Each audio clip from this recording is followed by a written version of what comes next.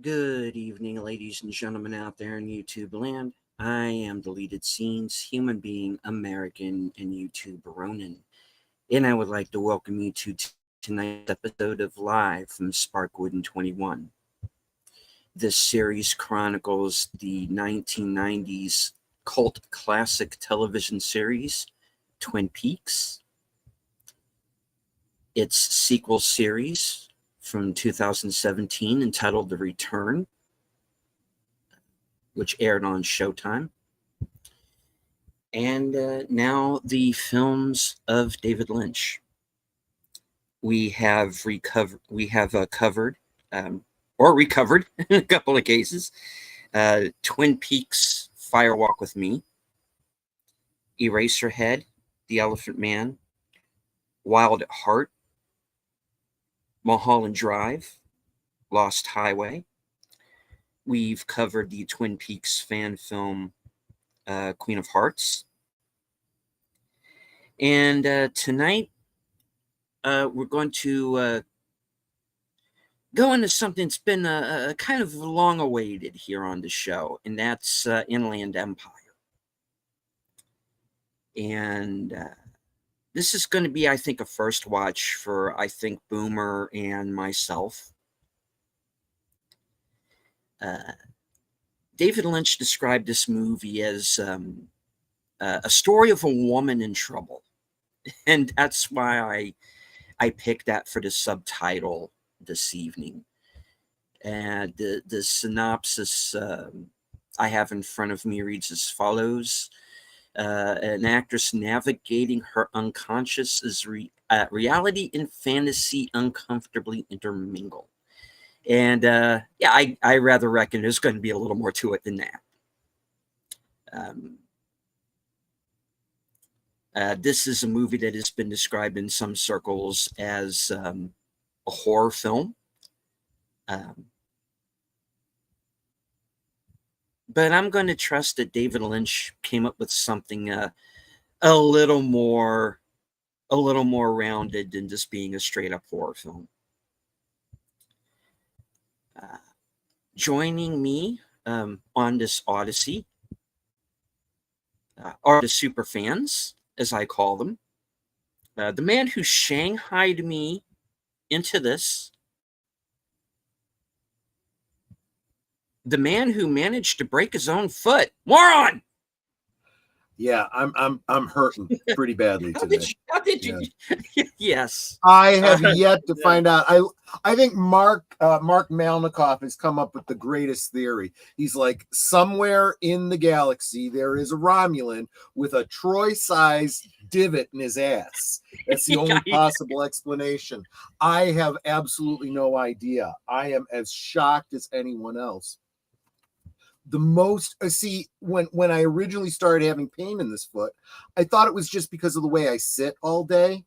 I sit in a gaming chair, and this chair is pretty low to the ground. So in other words, my knees are not at a perfect 90 degrees to be, feet sitting flat on the ground. And I tend to cross my feet in front of me, and I rest them on the outsides of my feet rather than on my soles. And I thought that might have had something to do with it, but that absolutely apparently was not the case. You would think that it would, in order to break your foot, you would need to step wrong or, kick something, or I don't know. And I don't remember ever doing anything like that. And before anyone says maybe it happened while I'd been drinking, Netta is always with me. So she would have known if I'd injured myself, and didn't remember. It also happened during a weekday, and he was simply walking like around our family room. Yeah. So I can't figure it out. Mm-hmm. I have no idea. So hello, Netter. Hi. Good evening. How are y'all? Is Troy making you wait on him hand and foot? Or, I guess I shouldn't say foot. Is that too soon? I'm sorry. I am trying. Yeah, hand and foot. Yeah, exactly. I am trying not to. I really am. But I am finding myself more gimpy than I really should be. Actually, Big Al has just presented another interesting theory. Okay, who has the Troy voodoo doll? Yeah, that would actually, I would buy that one at this point. Well, we were just and I should bring our fourth super fan on stage. You know him, you love him. Flappy apologist. H Boomer. I don't know. I'm thinking alien abductions, and you have some repressed memories there. You got to go under hypnosis. You know. Well, we're going to talk about repressed memories, I think, as we go through this over the next 3 days, or the next 3 weeks, I should say. Okay. And going back to voodoo dolls for a second, we were just in the green room, and earlier this evening, I came upon the story. The man who is in charge of taking care of the real life Annabelle doll has died. And no cause of death has yet been given. So, I'm not taking that job. Yeah, neither am I. All right. Well, I do want to say hello to those of you who are joining us in the chat. I want to start off by saying hello to everyone currently joining us on X. I cannot see you, but I know that you're there. All right. Starting off at 8:03 p.m., channel member JPRPH1. Faithful Blue Wrench, channel member, the Bird Woman of YouTube. Watch out for her second channel, Fluff Chick Productions. My guest on the most recent episode of Reserved Seats, Connie Cleary. Please check that episode out. We went into a number of different topics. FKHC 2005, sometimes known as Tim, is now a channel member as well. All right. Scrolling down. Of course, Big Al Presents. The host of Films with Friends, where I will be appearing along with Outlaw Bill this Friday night. The film will be at this Friday night at 8. Tucker and Dale versus Evil. So it's going to be a first watch for me. I'm really looking forward to this one. It's a good movie. It is. So I've heard. And I have been instructed to leave my camera on because apparently people are expecting some big reactions out of me after some sense. But we'll see. We'll see. All right. Scrolling down. Scrolling. Right. All right. Everybody saying hello to everybody. Andrea Black. Always good to see you in the chats. Enigma Severus.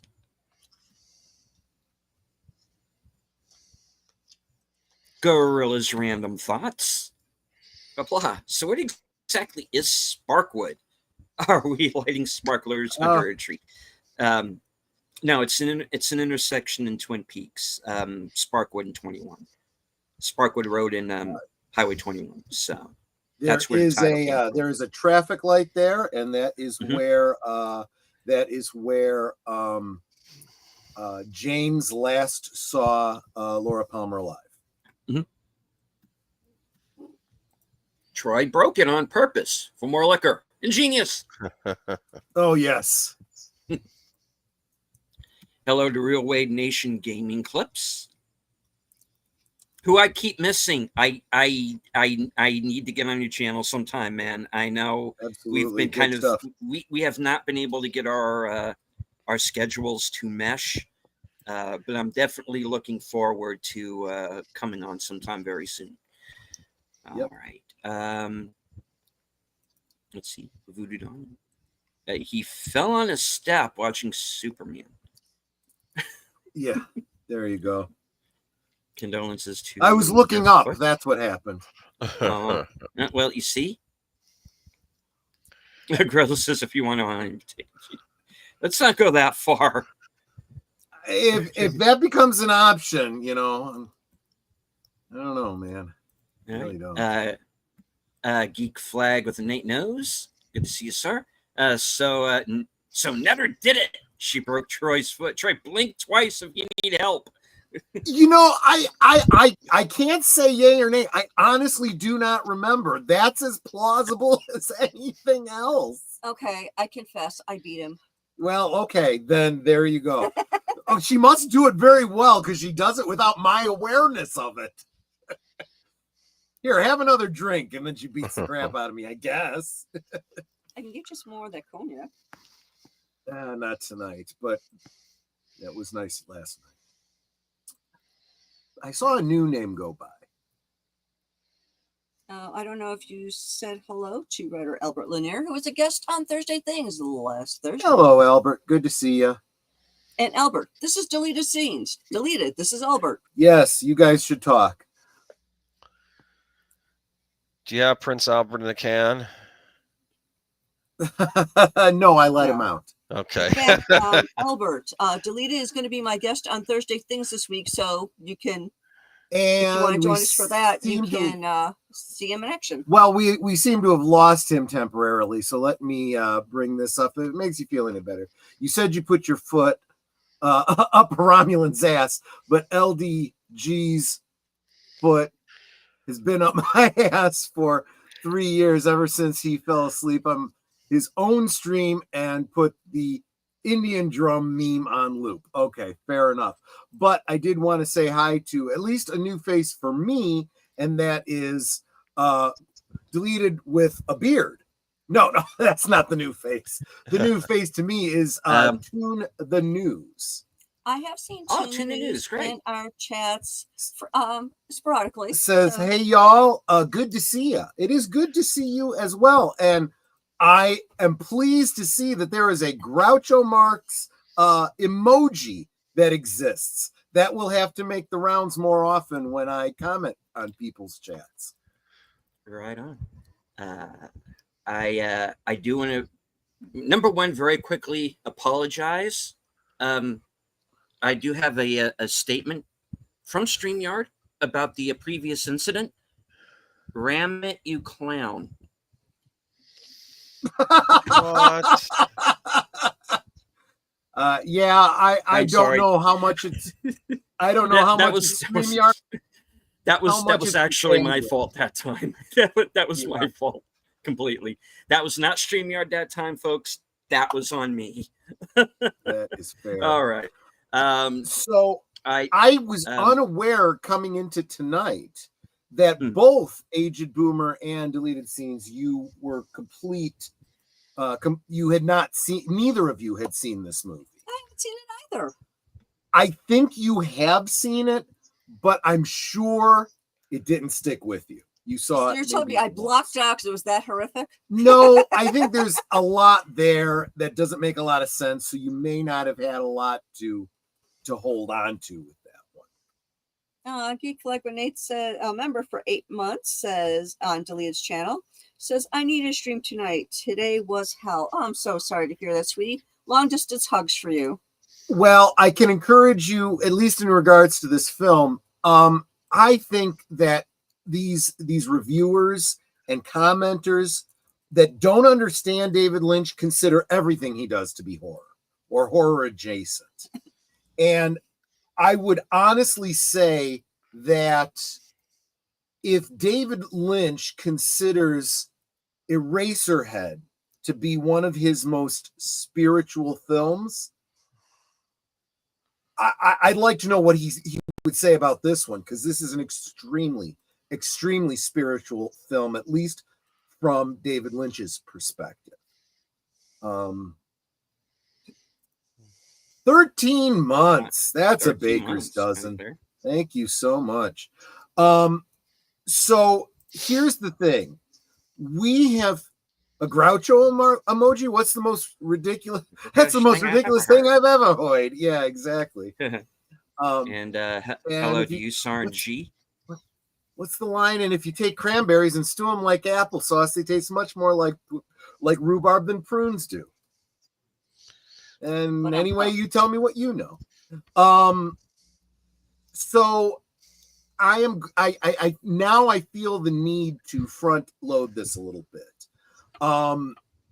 So for whatever reason, David Lynch, I don't know if he was coerced to do it or if he chose to do it, but he gave us some clues for Mulholland Drive that people got when they went into the theater and so on and so forth, that they were able to, look at things and see what they needed to kind of focus in on. And yet I feel, maybe not everyone feels this way, but I felt that Mulholland Drive and I've later come to decide Lost Highway are far more straightforward than some of David Lynch's other works. I think that Eraserhead still just causes me headaches. And this one is a real challenge. This one you guys are going to have a hard time with, and I think it's probably good that we've already seen all the films that we have seen. My editing software won't open. No idea why. And the following comment: I think Flappy hacked my computer. Oh, damn it, Flappy. Yeah, there was a Flappy virus out there. What program do you use, Nate? Just curious. So here's what I'm going to do. I'm going to give you some clues that David Lynch maybe didn't give, but I have kind of pieced together myself. So this one is more of a overarching for all of David Lynch's work.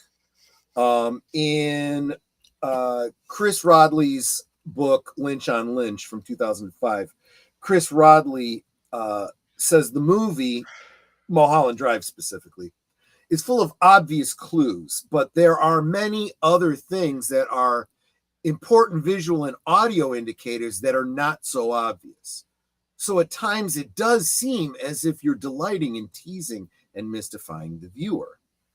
To which David Lynch responded, "No, you never do that to an audience. An idea comes and you make it the way the idea says it wants to be, and you just stay true to that. Clues are beautiful because I believe we're all detectives. We mull things over and we figure things out. We're always working this way. People's minds hold things and form conclusions with indications. It's like music. Music starts, a theme comes in, it goes away, and when it comes back, it's so much greater because of what's gone before." I think the key takeaway here is Rodley is accusing him of being strange for strangeness' sake. And David Lynch is saying, no, I never do that to an audience. I always have a purpose, but I want them to pull the meaning out of it. And honestly, I feel like that's exactly what we're doing here. Now, there are a lot of visual cues and things like that. Just like with Mulholland Drive, look for the red lamps, the red lights. That is a recurring motif. Look for bursts of light, electricity. Yeah. 1 sec. Yeah, Yusunji, we're going to be showing Inland Empire. If you click the Cosme link and hold it over that way, we'll be showing it in a little bit. Yep. Everyone should see a Cosme link up at the top of the chat. Should be a pinned comment there. Open that in another tab, and we'll be starting the movie in just a minute. Sorry, continue. And I think that's all that I want to front load. I just want to say that of all of his works, maybe second only to Eraserhead, the temptation is in watching this to just go, oh, this is just freaking weird. This is just David Lynch being weird, and it doesn't actually mean anything. And I am going to encourage you to not go down that route. There is absolute meaning. I'll help you out with it. We will do a deep, deep dive in 2 weeks, but let's watch it first. Anything we want to say other than that before we get started? Because I do have one quick introduction before we start. Okay. Really quickly, I do want to lay down the ground rules, of course, for watch parties like this one, for those of you who may be new to them, or someone Sure. who may be coming on this broadcast and wonder, hey, where's the movie? You know. Yeah. All right. The movie is not public domain, obviously, Right. because it only came out in 2006. So there are various ways that you can watch the film. If you are with us live, you can follow along on Cosme. You can sync up with your own personal copy, should you have one. USRNG, we haven't started the movie yet. Okay. Right. So right. don't worry. We're getting to it. If you have your own physical copy, which is great, please follow along that way. You can sync up. Most of David Lynch's films, if not all of them, are currently being aired on HBO Max. Ordinarily, I would not be advertising a streaming service, but the fact that they have taken such care to kind of keep his body of work alive for someone who has perhaps not seen it. I do appreciate that now that he is passed. So if you have HBO Max, this film is there. I've been having some internet issues, so if I lose it on Cosme, I can sync up. So that's how I'm going to be doing it. So yeah, all right. That's So how if you we're going to do this. Yeah. If you need a timestamp deleted, let me know, and Will do. I'll hook you up. If you let me do the countdown, that'll give me the opportunity to read what I want to give as an introduction to it. All right. Please do. Okay. So at the this film debuted at the Venice International Film Festival, the 63rd Venice International Film Festival, on the 6th of September 2006. David Lynch introduced it by quoting from the Upanishads. "We are like the spider. We weave our life and then move along in it. We are like the dreamer who dreams and then lives in the dream. This is true for the entire universe." And we will begin in 5, 4, 3, 2, 1, play. A Studio Canal film. When this came to the U.S., Studio Canal had the rights to distribute, and I believe David Lynch then bought those rights back from them. Also, we're only watching the first half tonight, so I'm going to cut this off once we get through the locomotion and the girls are done dancing and they disappear. I like dancing, girls. Until they disappear, right? Oh, do you like the little thing I put in the chat? That's very creepy. That's that from this very, movie? very creepy. It is not, but it could be. There are bunnies in this movie. Yes, I heard there there are. were. That's why I've been doing a lot of bunny related stuff. Yes. Memes. Yes.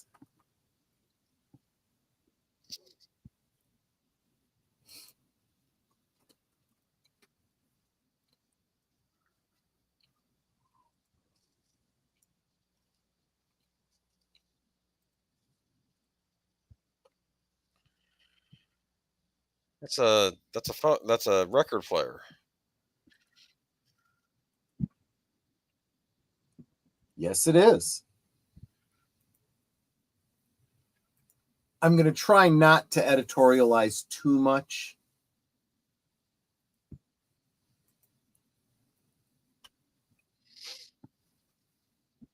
There are large segments that are in Polish.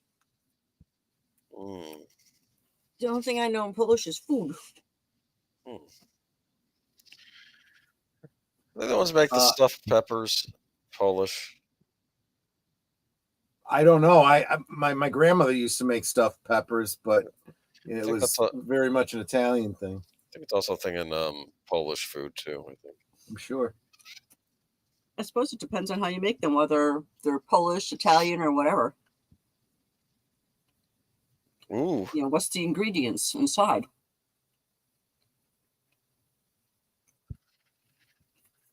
Good morning. Yeah. Getting right down to it. Okay. I don't think it's going to be a big surprise given the recurring themes in Twin Peaks and Mulholland Drive and so many other things. Prostitution is obviously a plot point. I almost expected the comedy trouble. Here's a man that wants to get down to it, huh? Yeah. Also, just like I would argue, as in Mulholland Drive, David Lynch does seem to draw a parallel between being an actress and being a prostitute. And I don't know how much of that is almost literal and how much of it is a direct indictment of Hollywood in general.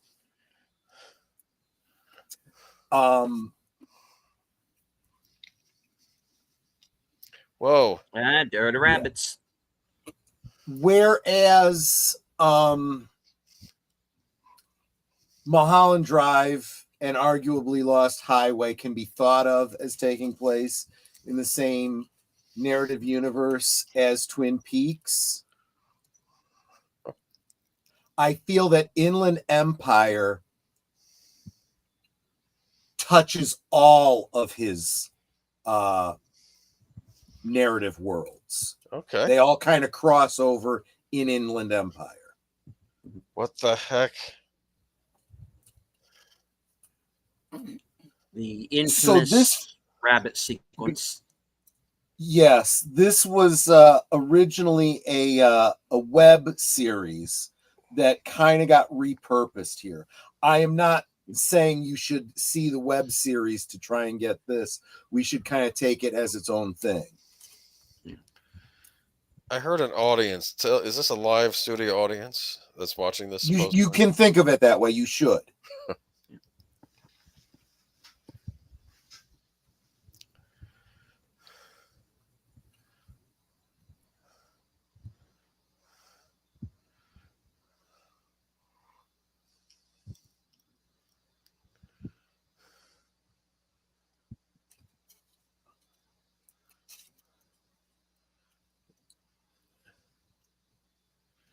Oh man.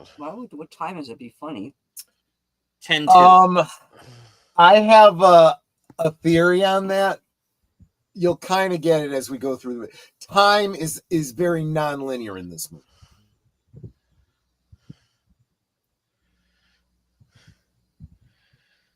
Well, for example, the wife says, "I will know one day," and only now did he say, "I have a secret." So the conversation is out of order.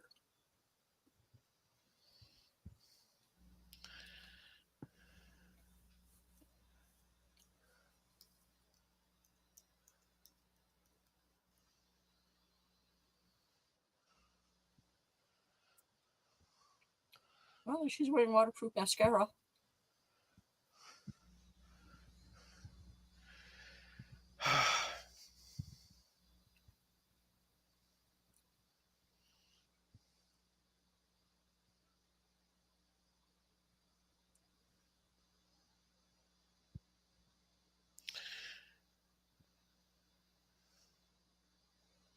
What the? Obviously, numbers are also going to be important, so pay attention to numbers. What the? Just let it wash over you for now. Okay, man. I'm all right. But the idea that this is on a television that's important, that it's being watched, that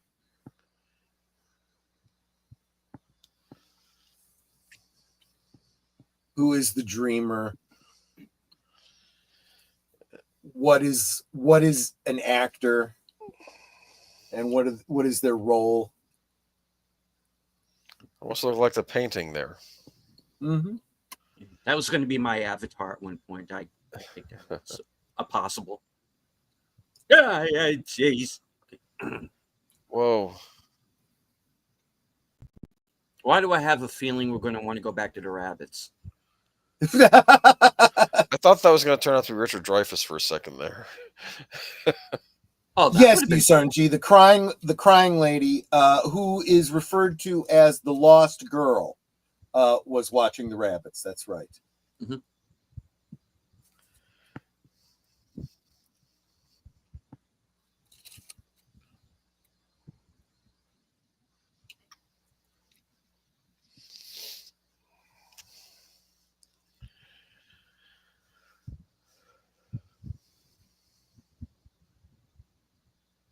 I believe that the Polish language, which is going to make sense in the narrative after a bit, you're going to find out that the film that's being made is a Polish language film, or at least the original was. But I believe that Polish, the language, is being used as a like a mystical language. So when people are speaking in Polish, there's a spirituality to their characters. Oh, I recognize her. Janine. Right, exactly. Isn't it Laura's mother? Yeah, that's Grace Zabriskie. Yeah. She always Now has this look on her face. Mm-hmm. Now, this was shot digitally. It wasn't shot on film. Is that right? I think it was all shot using like hand cams. Right. I don't know if it was specifically digitally, but I don't know either. I think I'd heard that somewhere, but I didn't know if that was true. But yeah, they didn't use like big film cams or steady cams. Now, was this after Lost Highway, but before Mulholland Drive? This was after both. What year? Yeah, this was after both. Right. Okay. In fact, yes, that's important. And as we watch, you'll see why.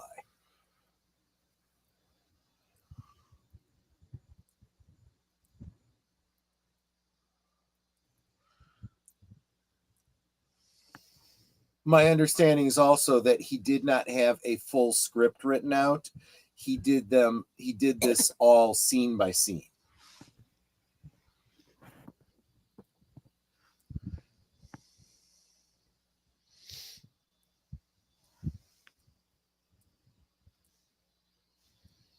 Why would being a new neighbor be inconvenient? I think her visit isn't inconvenient for her.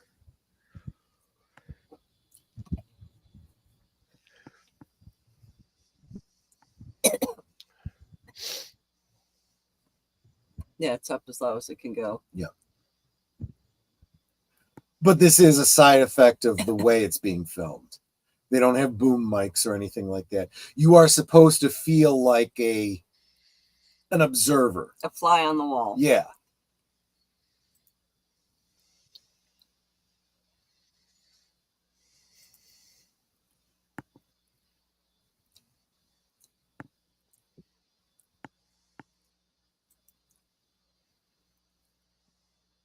Those cheekbones. Goodness. Yeah.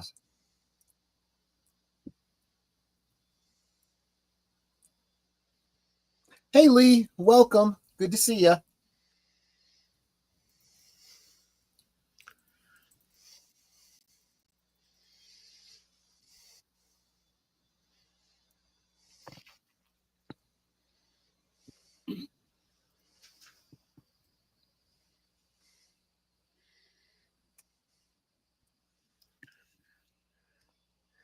So it's difficult to see it from the road. It's off in the woods.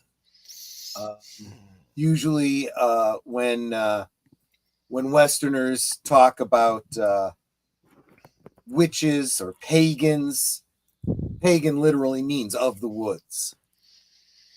So Oh. again, we're talking some sort of spiritual,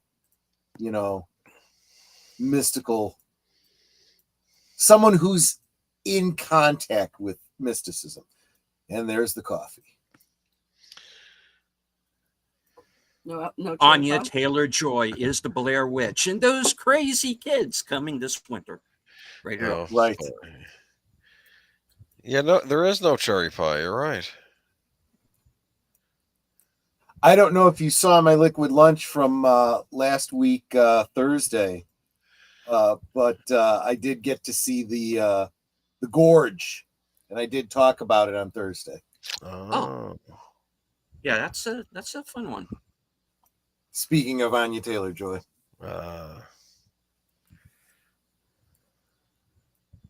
Apple TV film.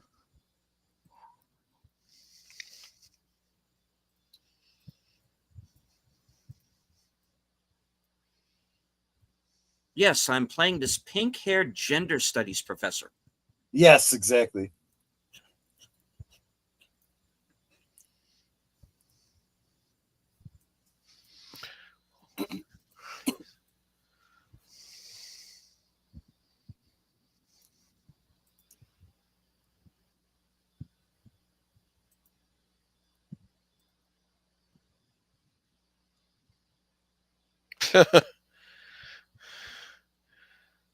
Yeah.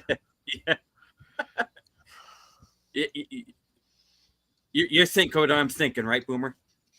Yeah, that's an odd way to pronounce some things. Maybe that's not what you're thinking, but yeah. I was thinking that Marriage Story movie. Oh, yes.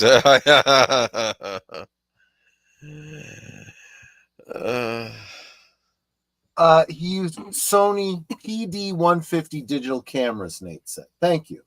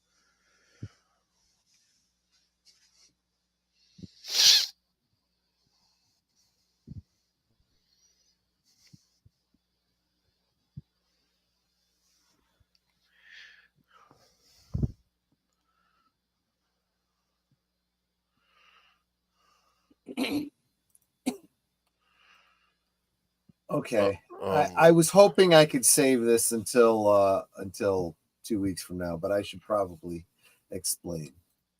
The marketplace and the palace. These are two concepts by the Maharishi Mahesh Yogi. This is a teacher that very influential in the transcendental meditation sphere that David Lynch followed. The marketplace discusses the limits of domestic and public transactions, a level of reality at which illusions of stability are promoted by our culture. So, in the detail of our lives, we can get lost and on our own way to the palace. So it's in all the minutia and distractions that prevent us from attaining enlightenment or spirituality or what have you. Oh. The movie is young. So just as in Whoa. Twin Peaks. Okay, we're into that, I'm sure. Sorry. In Twin Peaks, we talk about doppelgangers, right? Well, she's kind of set the stage for the concept of the doppelganger, right? Right. The person's shadow being the evil version. But more than that, there are many themes of reincarnation in this So now you're not just talking about a fugue state. You're not just talking about doppelgangers. You're literally talking about people being reincarnated, their spirits trying to achieve enlightenment, getting lost in the web of living, the so-called marketplace. And some people are more keyed into past lives than others. Huh. Thus, the variations she was talking about. Like Shirley MacLaine. Yes. I'm just I'm sorry. I was going to say more like Marlene Dietrich. I see. I got Sunset Boulevard is one of David Lynch's favorite films. He considers it he considered it a perfect film. And there's a lot of themes related to Sunset Boulevard in this.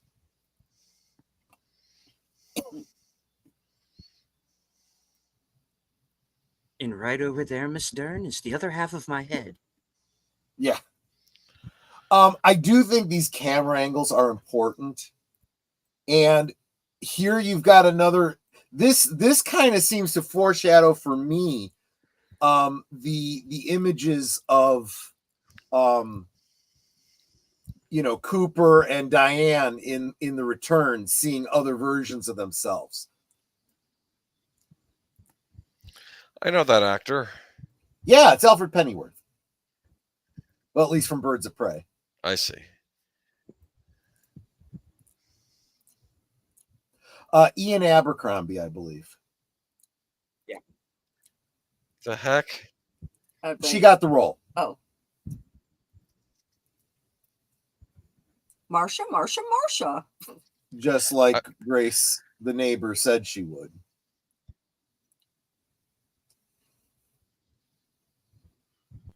This guy looks intense. Friend or foe? At first I thought it was Tad from, was it One Life to Live? Or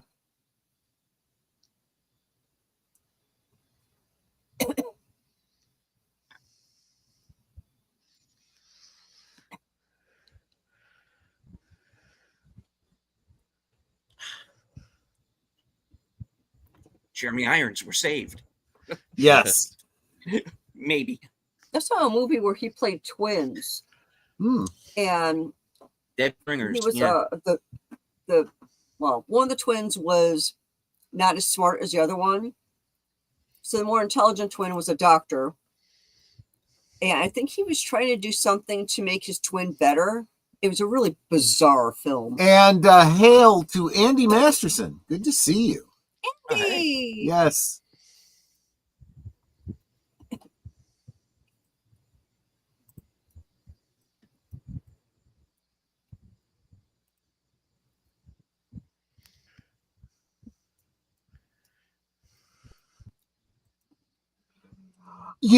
I would not be opposed to doing a Sunset Boulevard for a future Live from Sparkwood in 21. It's not an actual David Lynch movie, but actually, USRNG, that is a great question. Is this a scary movie? I had started out by saying this is not a horror movie, which I think a lot of people have said that it is, but there are scary elements to it.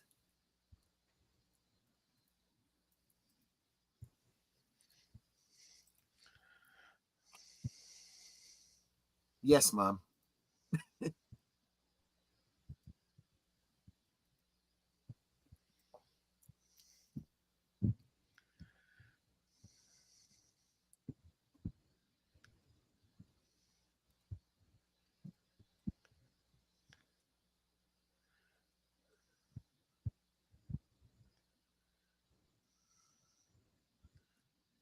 This is rather inappropriate. Yeah, it is.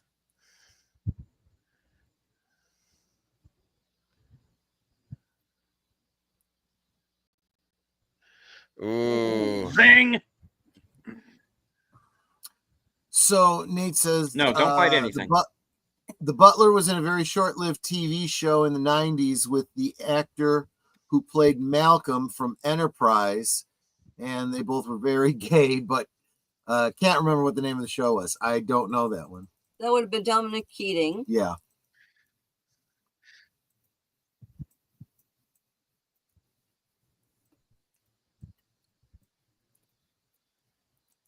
Oh, that's funny. Jerry, Lundegaard. Well, no, I'm thinking of his role in Seabiscuit when he was the radio announcer. Oh That's yeah. what that reminded me of.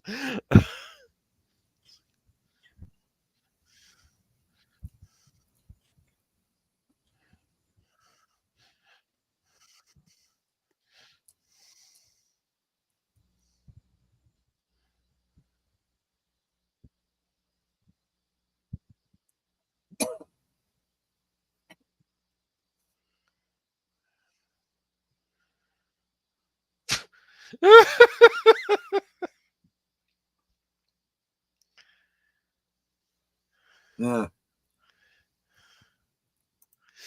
That's what I'm wondering.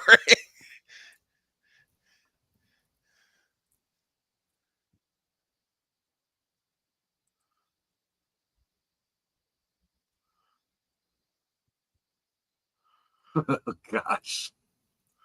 I mean, I guess. How many layers is this guy putting on? It's costume department. Yeah. This is Hollywood. It's Hollywood, baby. Oh man.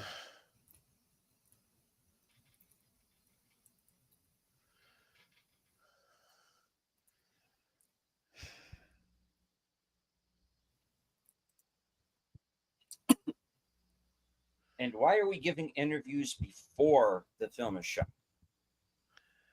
Marketing. Yeah, maybe that's how they used to do it in old Hollywood. Also, this is, I believe the film is supposed to be a remake of a previous thing, so it's not like there's any, spoilers or anything like that. The film also has a history. On High in Blue Tomorrows, that's the title of the movie. Yes.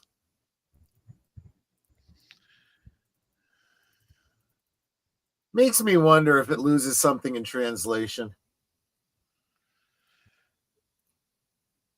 A producer will say, let's change the title, make it simpler, and they'll just call it Blue. Right?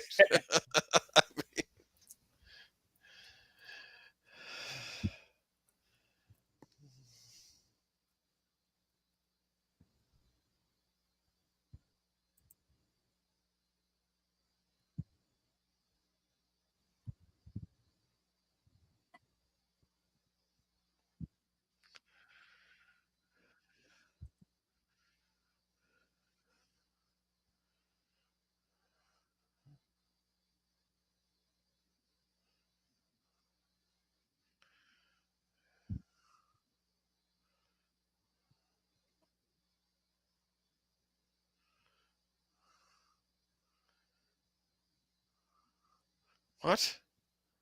Of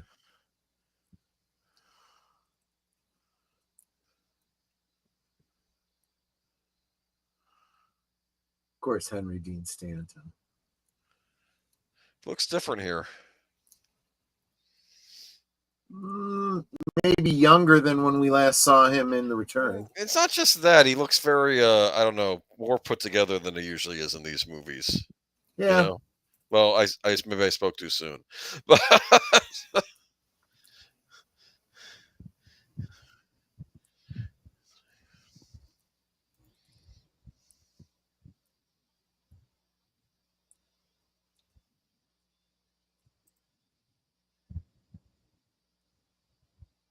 Scene 35, that'll be the scene with the strawberries. The strawberries. I don't know anything about the strawberries. Nate says, I hear that Flappy's coming out with a tell-all about Rachel Zegler. Its working title is I Flew into Hell and Survived. funny. Oh, see, I would have thought that the working title would be weird. Yeah. Yes. Well, that you joke that might be her biography title. For whom the industry trolls. It trolls for thee. Mm-hmm.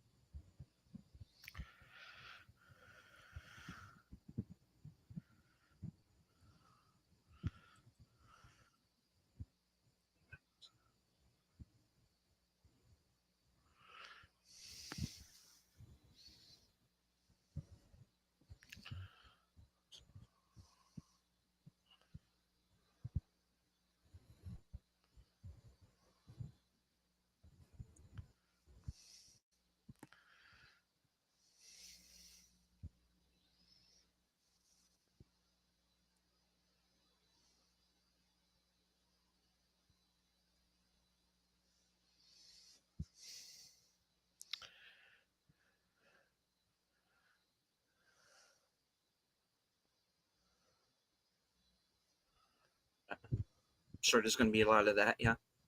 Hmm.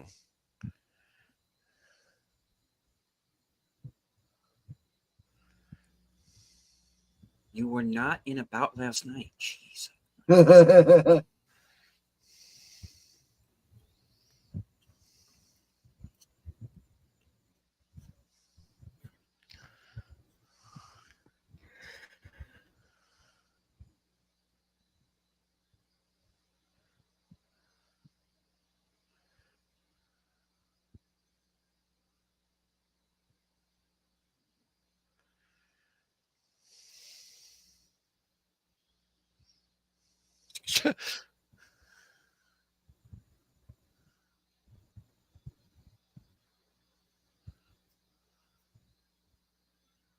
So I don't know, and I almost never know how much these individual actors know about, the overall story, the intention, and so forth.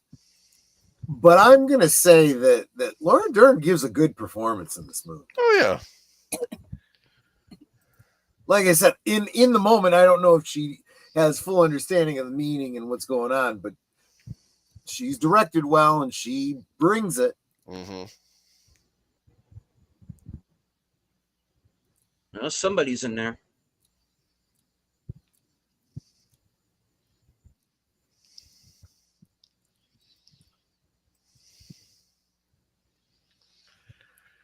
Ugh.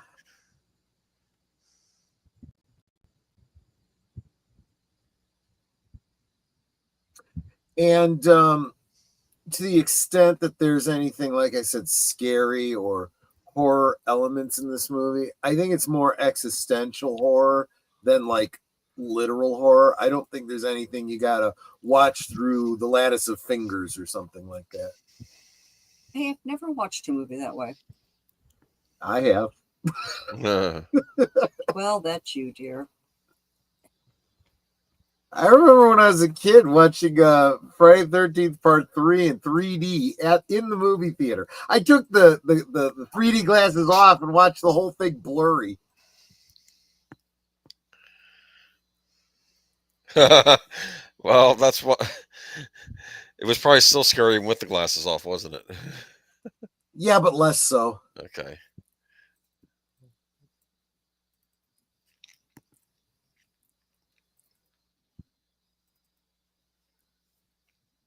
I think I'd be more afraid of something I can't see. I can deal with things I can see, but how do you deal with something you can't see?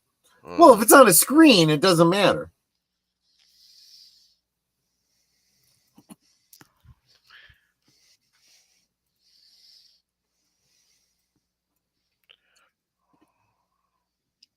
With me, it's more sense of dread Yeah. than being scared of any one thing. Yeah.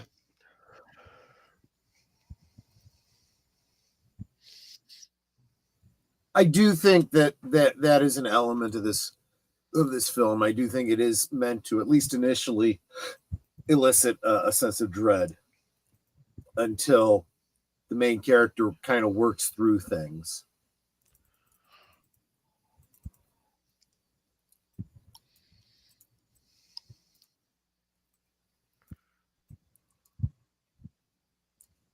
Yeah, it's the first remake of Heat. Yeah. Sorry.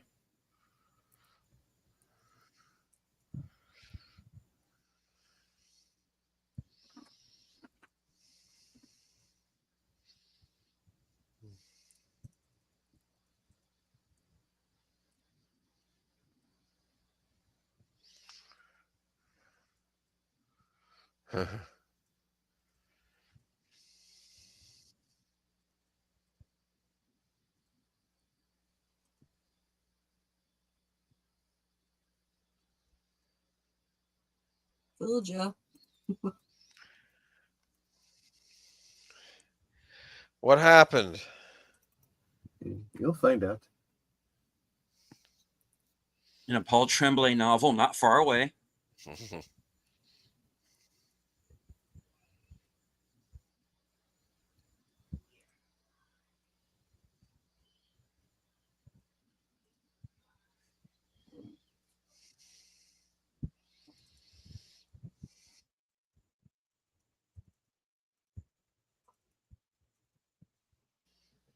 Not the entire cast, Nate, just the two leads. Yes, and I am a weird kid.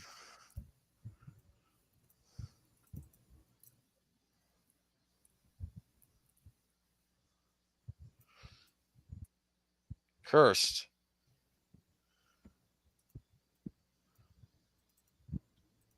Oh no, not cursed. Wouldn't have it any other way. Look at that. Look at her face.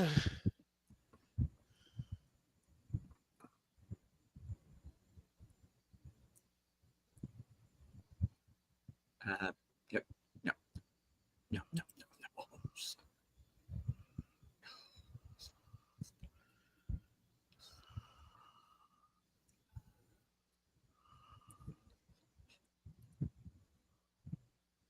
So she understands it, but she doesn't speak it. Is she getting the stink eye? Yeah, possibly. That So was, yeah. In numerology, the number 47 is formed by the combination of the engines of 4 and 7. Number 4 represents diligence, hard work, practicality, and building a solid foundation.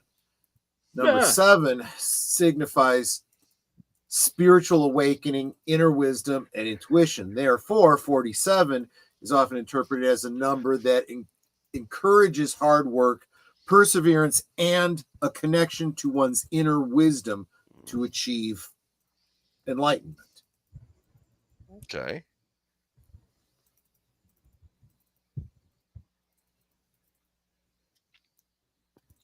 That's not good. Yeah, that's not a face you want to see close up.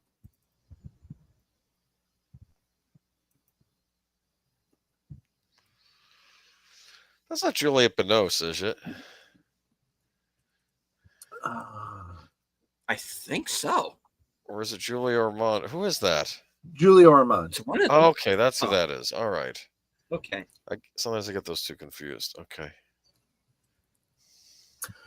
I'm just going to let you know that this is one of those scenes that takes place out of sequence.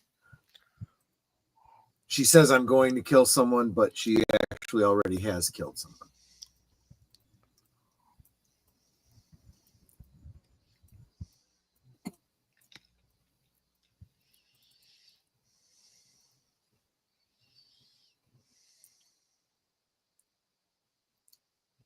Ouch.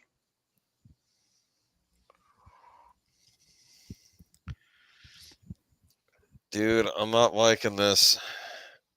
And yet, oddly, not the weirdest thing I've seen her do.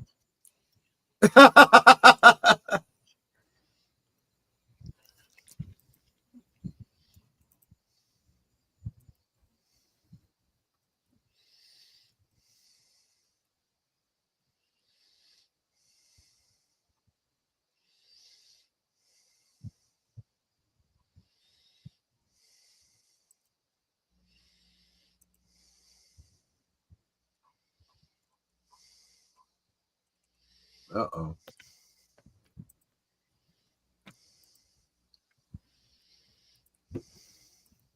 Is this the sequel to Smooth Talk? I still need to watch that.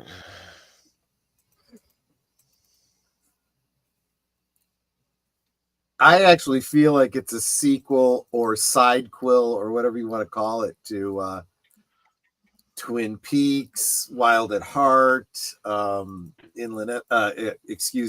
Lost Highway, Mulholland Drive. As the movie goes, I think you'll see why. It's a sequel to its own film. Well, honestly, by the time you're done, you might be able to justify that. Yeah. Oh, of course I am.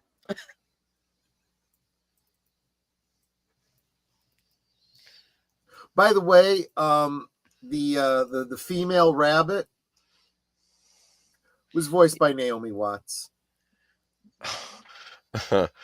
Okay. And again, why am I not surprised?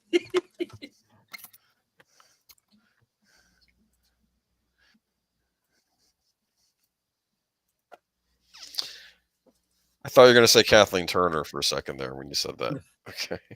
Just Okay, but Harry Well- Dean Stanton is here, so we're safe, right? Kathleen Turner isn't in this movie, but Kat Turner is.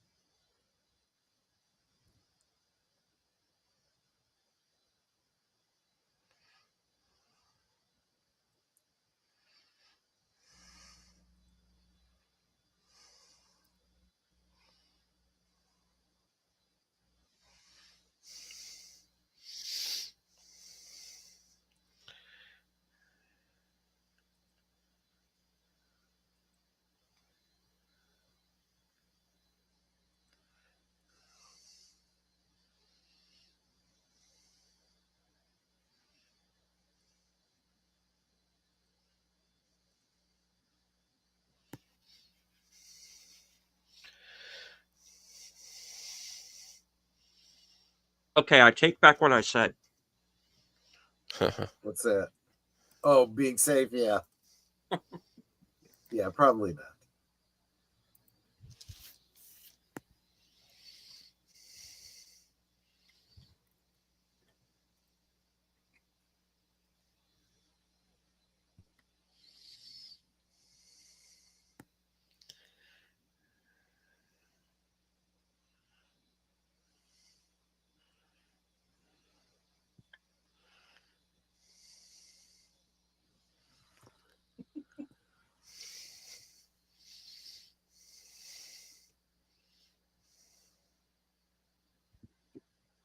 I think the shoot's going well, don't you?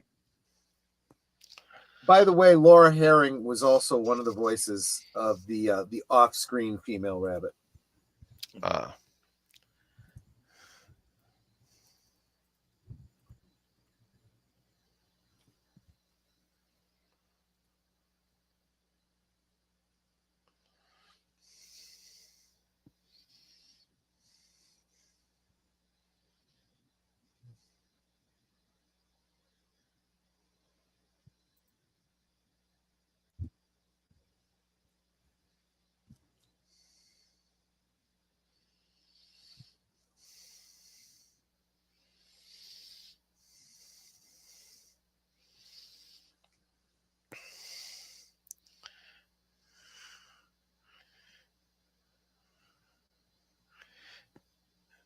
It's a dinner scene.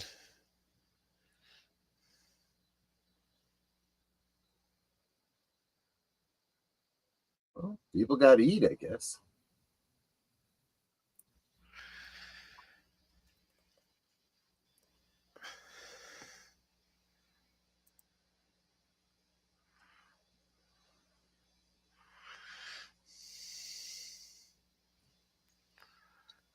Could it kill him to crack a smile?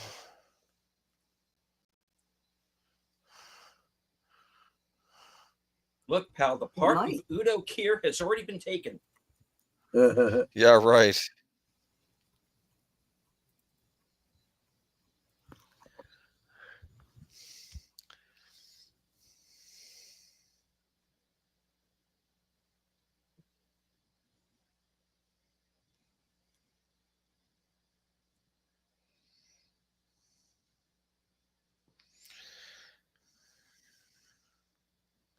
Why? No.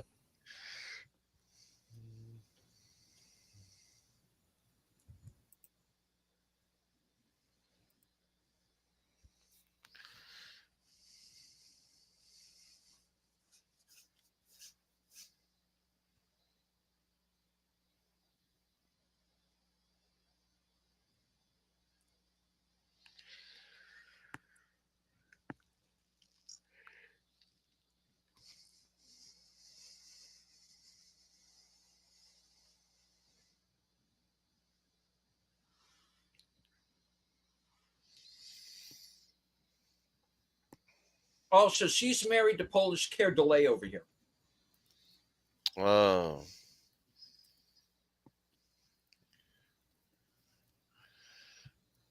In other words, touch my wife, you're dead.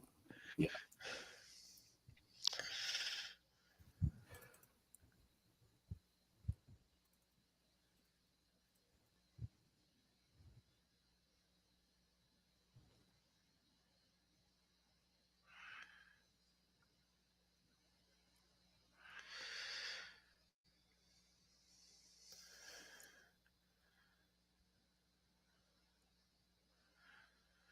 That's freaking me out a little bit. That's the intent. Who It's a talks like threat. this, man? So, is he from Poland? Is that what's going on here? I think that is meant to be implied to be a Polish accent. Okay. Yeah. He's with the Polish mafia.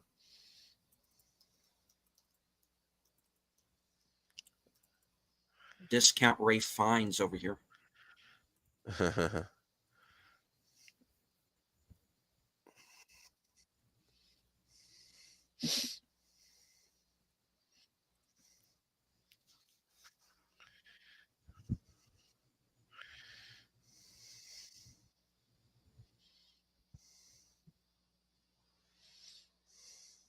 No, up, you idiot. Okay. Oh, sorry. Okay, down. Oh, they're gonna. Well, if it's a typical film set, there should be screaming, right? Oh, I'm getting there. Don't worry. I'd like another foot, actually. Bucky, if you don't quit. Bucky, my We foot's didn't gonna have be up. final You know thought. what? 2 feet. You know this conversation has happened, and Lynch probably heard it. Yes, Okay. almost certainly. Yes. You remember that line from Lost Highway? You know, what's his name is dead. Mhm. Yes. The story goes that was actually something that David Lynch, somebody came to. Well, he was in a building where the intercom was hooked up to a phone, so the call comes in that whoever it was is dead. He ran to the door to see, and there was no one there because it came in over the phone, not from the front door, and that's why he worked that line into the movie. Huh.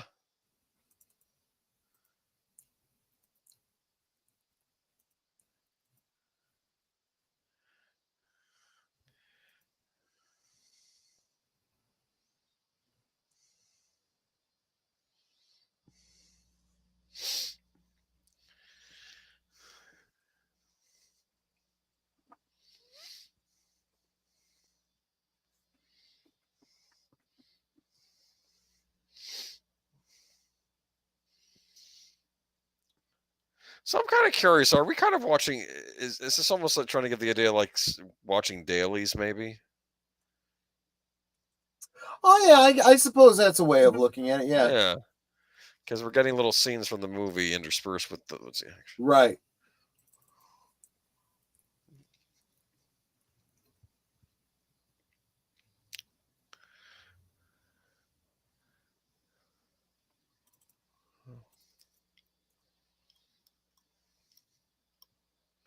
I like her hair like that. Mm. A little ponytail.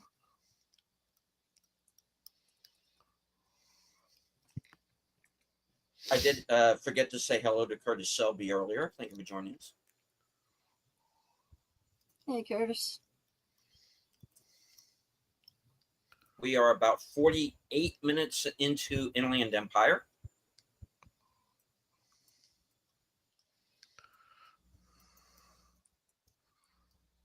Don't ask me to explain the plot.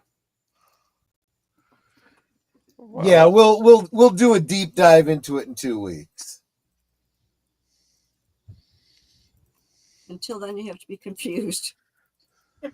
Well, I don't want to like ruin anything. I want to give you a chance to, try to parse it out. Well, it seems pretty straightforward, really. The girl's husband doesn't want other guys touching her, and this guy wants to touch her, and he threatened him and said, "You touch my wife, basically, you're dead." Yeah, but Easy. there is more to it than that. There is the so-called curse of the original movie, and there's going to be some other real weird stuff happening. Nah.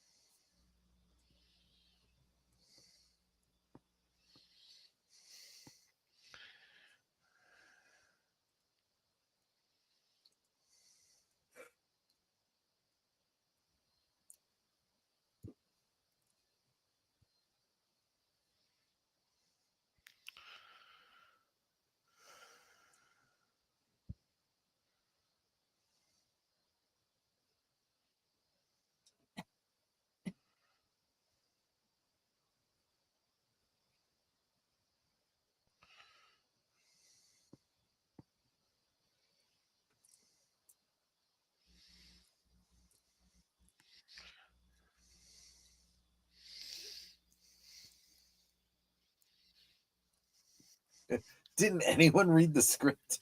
Well, No, why do you ask? Why would we do a silly thing like that? So as weird as David Lynch's movies are, how the hell does he write his scripts? I mean, what is actually on the paper in front of the actress to read? Well, I was saying earlier on that in this particular movie, he didn't have a full script going into it. He did it scene by scene.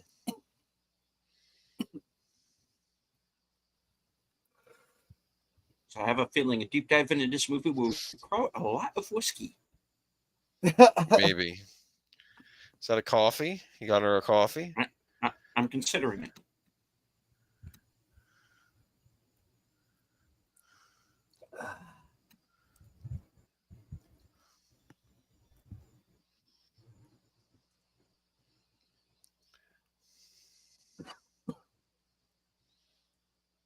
It's always about the coffee.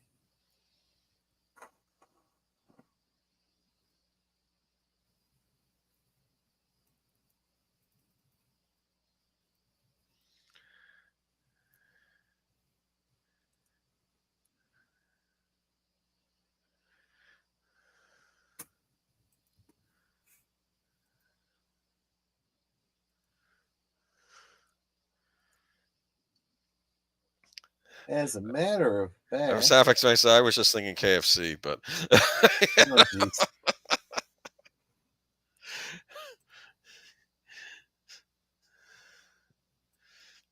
actually, I can make a joke about being Denny's, but that might be up David Lynch's alley, so never mind. Yeah, good point. Good point.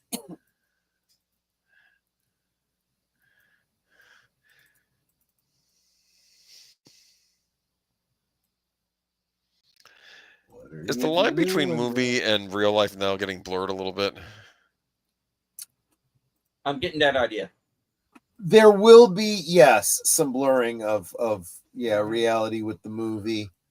The ideas of method acting are going to come into this, losing yourself in a role, but also what is real and what isn't, the collective unconscious and so forth.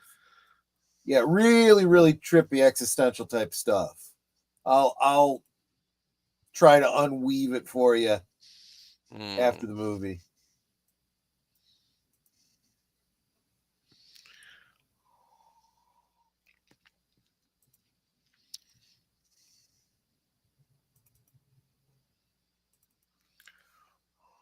Now, see, on the one hand, I feel like you can't be in this kind of profession and be terribly jealous, but at the same time, you can't be in this kind of profession and expect anything like longevity in relationships. which is why you're divorced 3 times by the time you're 40. Right, exactly.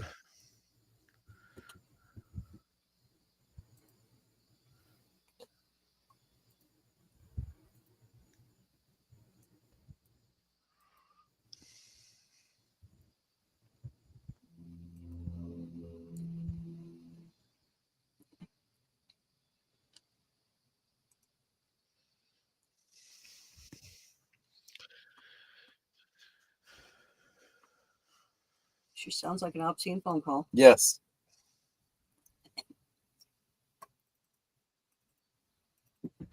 Very. Until you said cut.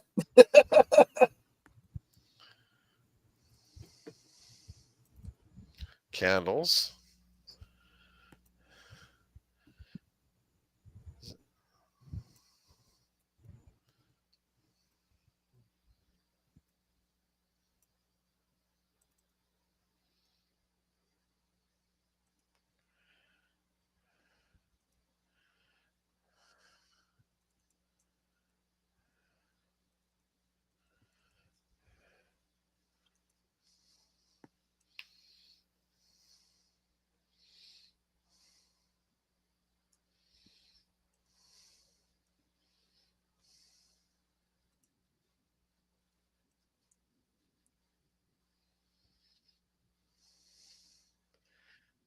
What?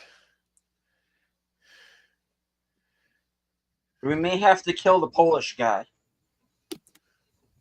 It's like she lost track of the fact that she was filming. That's weird. That's not good. He's freaking out a little bit too, isn't he? This is one of these curse movies I've heard so much about. I'm sorry, what were you saying, Boomer? You hear stories about cursed movies. I'm wondering if this is one of them. I worked on a cursed movie as an extra. Oh, that's Poltergeist right. 3. That's right. Poltergeist 3. That's right. Which actor is this?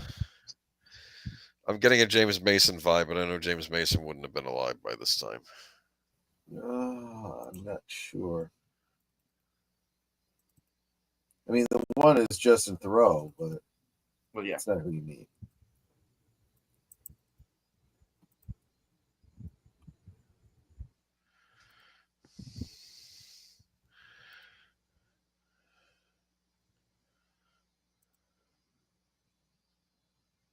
Was that Nick Dixon? Maybe.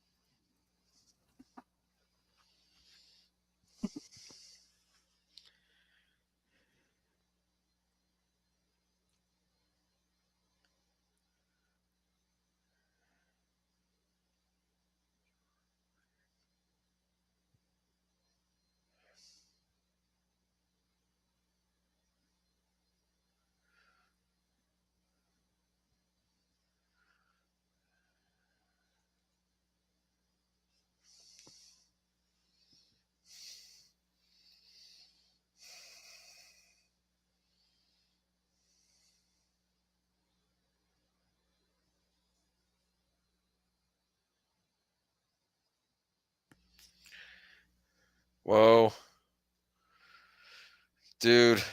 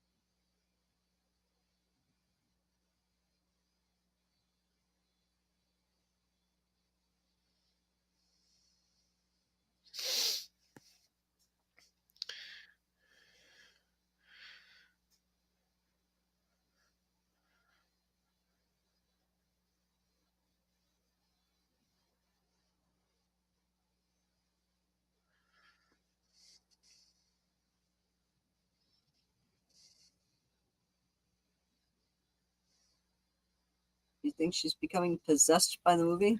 Hmm.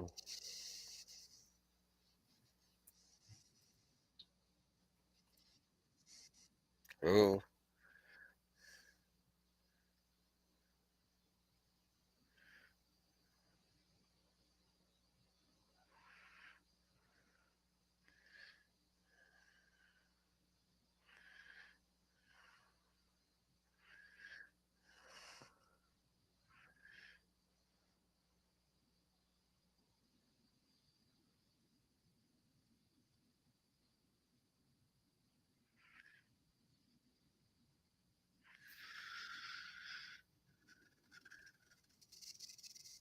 So are they just doing the horizontal mambo? Something No, like that. we're Yeah. in the alley.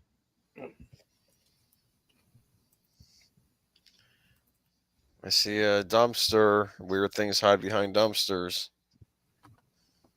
True. And when you leave the marketplace going to the palace, you pass through an alley.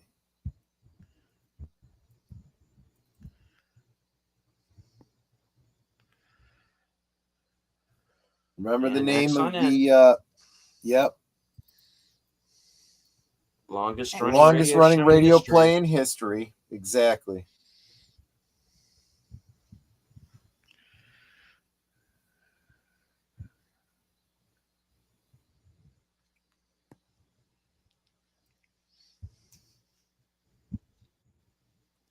Axon N.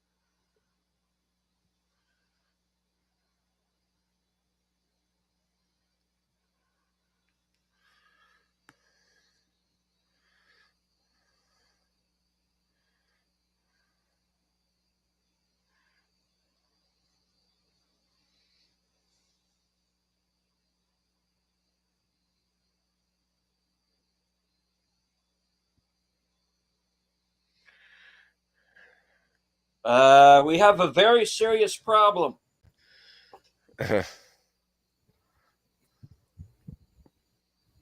So again, there's a discrepancy in time, and just a reminder: in the credits, Laura Dern is listed as playing Nikki Grace and Susan Blue. Mm. So she's the poltergeist. Or ghost or whatever. No, she's there's more than one reality going on at the same time. Well, there's the actual reality and the movie reality, no? There's more than that even. Oh, wonderful. Okay.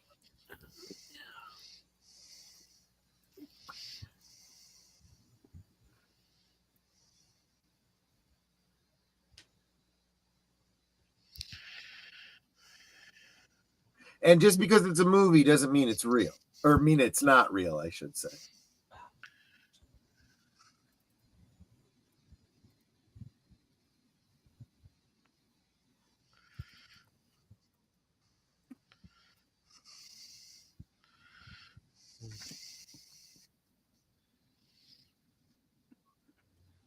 Don't you lose my number.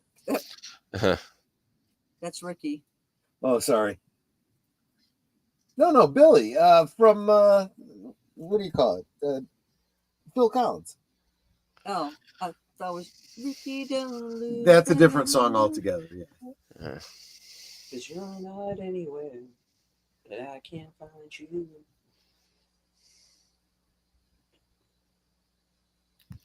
Oh, I know what song you mean now. Yes, now you do.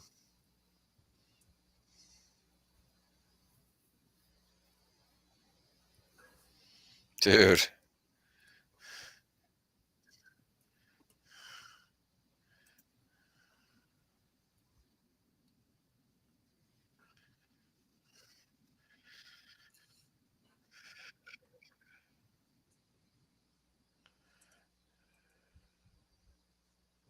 And Justin Theroux is playing Billy Side and Devin Burke.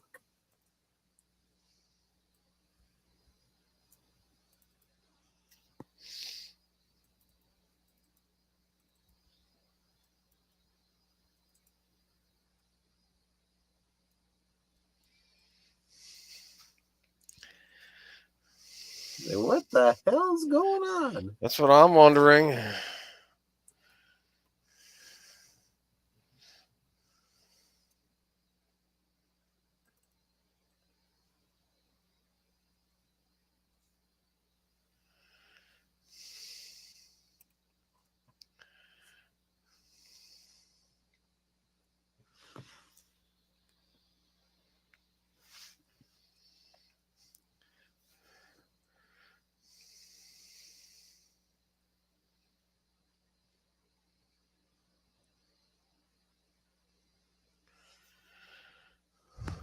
We are like the spider. We weave our life and then move along in it. We are like the dreamer who dreams and then lives in the dream. This is true for the entire universe.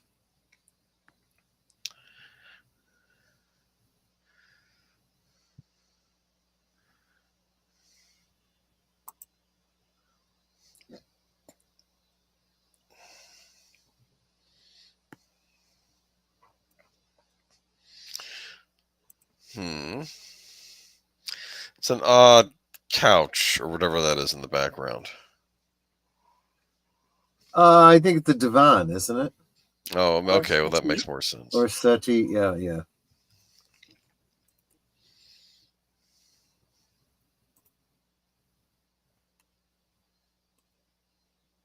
2006, Yusanji. Yeah.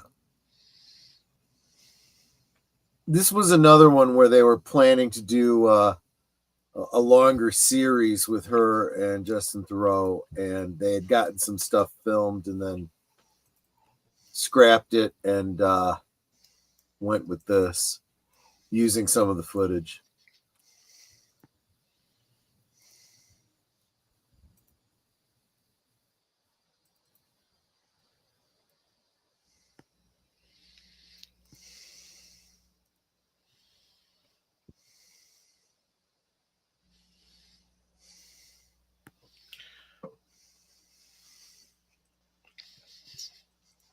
Looks like a red lamp to me.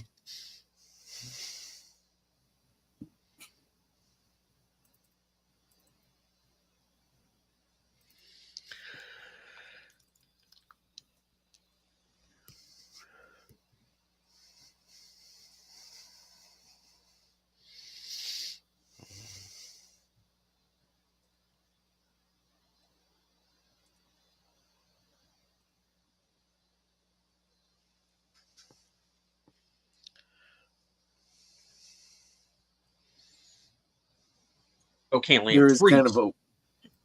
It kind of is a like, where am I kind of look. Whoa, what's that?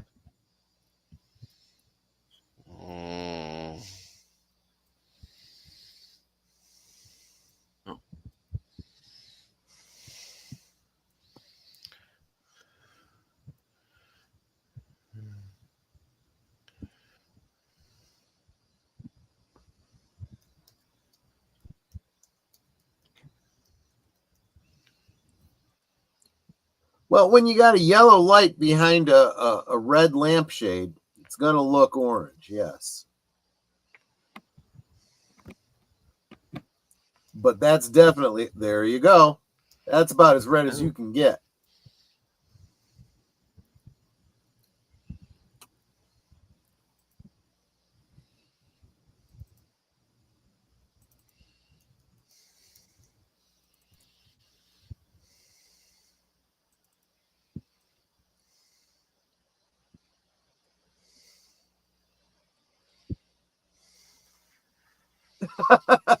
Bunnies, it must be bunnies.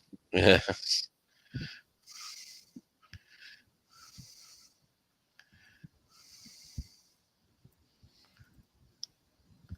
Who are they? The girls.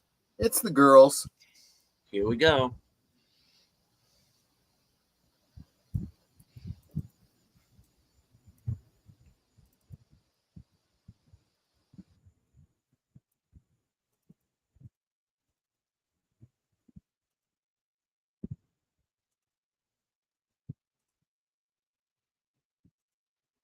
She'll never go to Hollywood.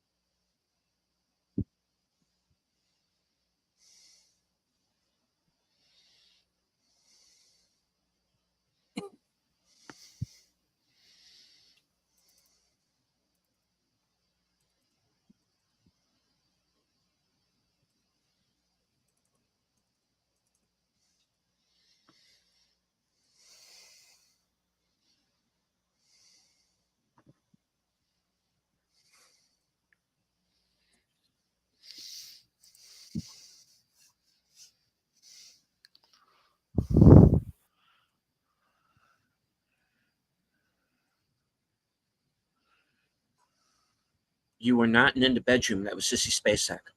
Oh, wait, that actually tracks. You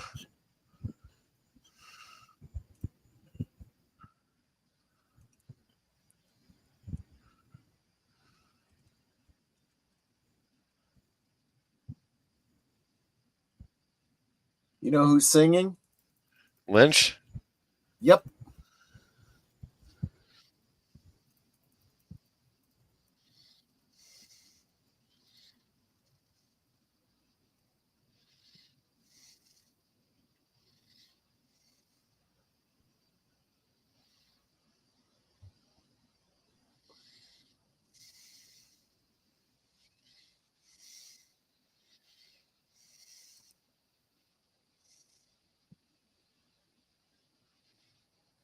Why do I have a feeling they're going to frickin' Black Swan this thing?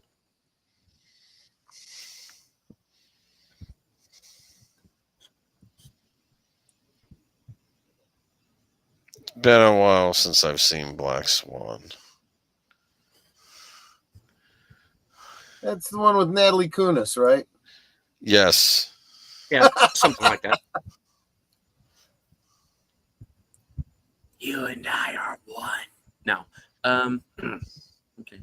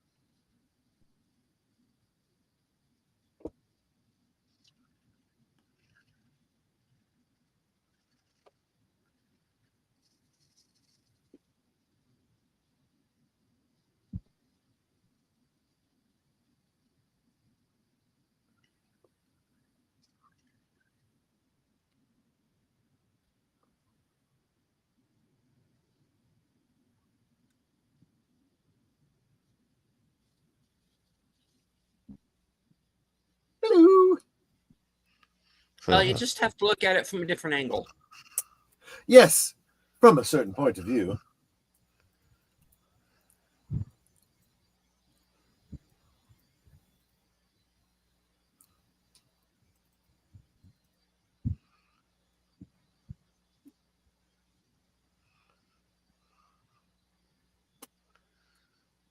All right, get the hose buckets ready for the dance number. Yes. You guys know what these girls do for a living, right? Burlesque? Okay, we'll go with that.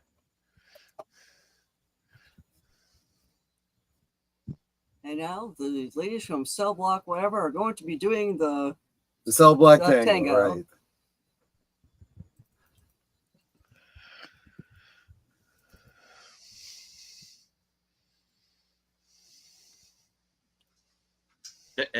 right? Yes, Avon. Yeah, Exactly. Yes.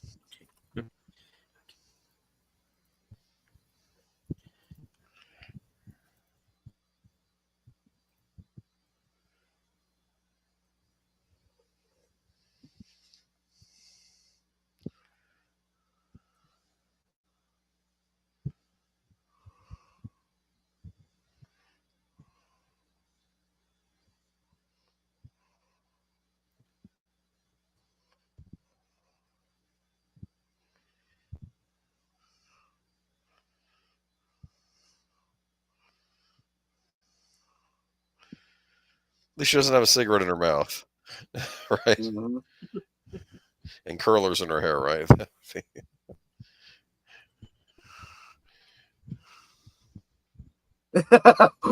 Why do I get the impression the chipmunk cheeked girl is going to start singing about heaven? Maybe. In heaven, everything is fine.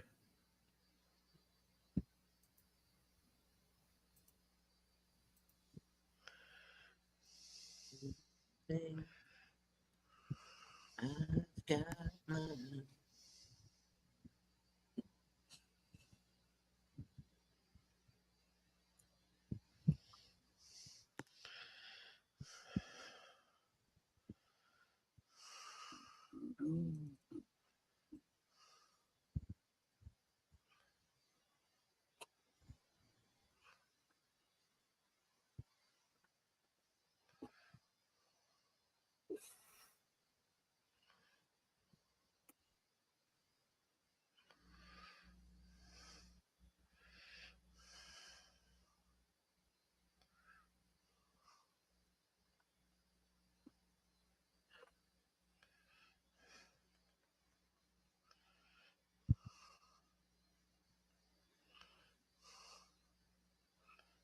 Meanwhile, What? movie 3. What is that? What did I just see? Burning a hole in a piece of silk.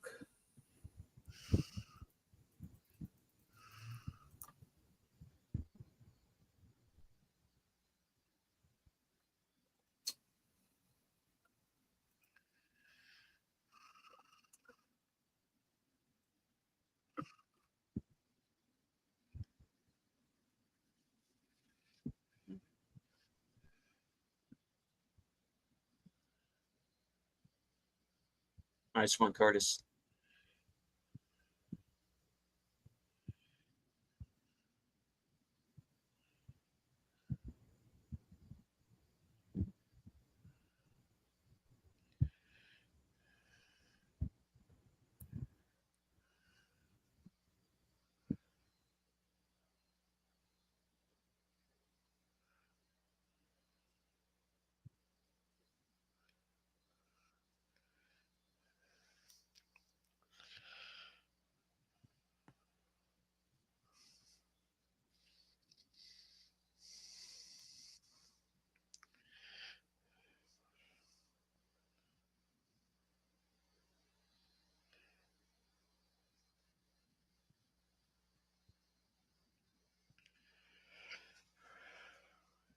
So this is the original film, I take it. Hmm. In a manner of speaking. Yes, in a manner of speaking. Yes. This is the original story. Let's put it that way. Oh my goodness.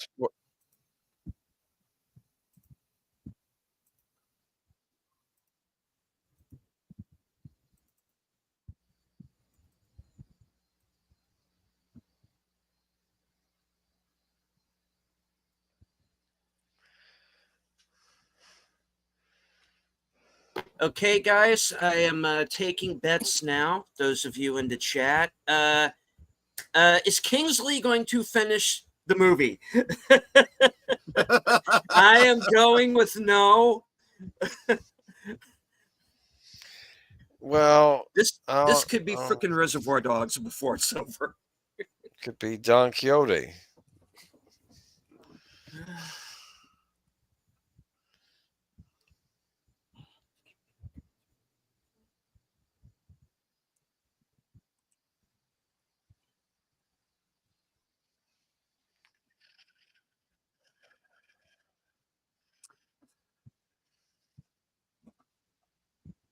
So just like the piece of silk got a hole burned into it, we're getting a hole burnt into Jackrabbit's place.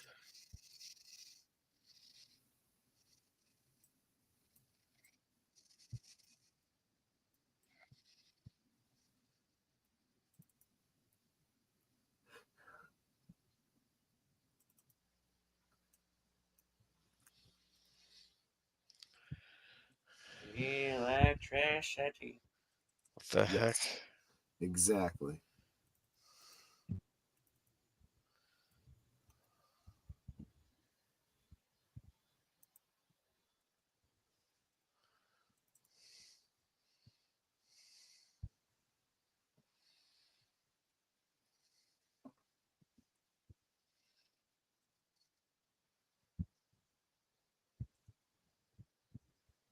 Are we in the lodge?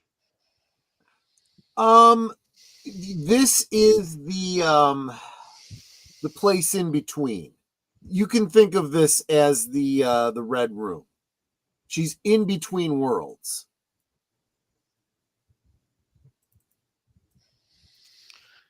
As are the rabbits as well.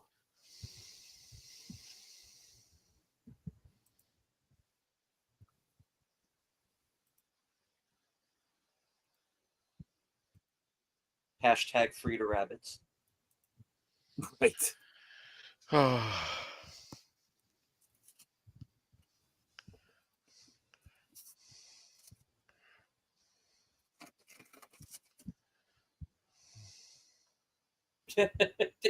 You're not the only.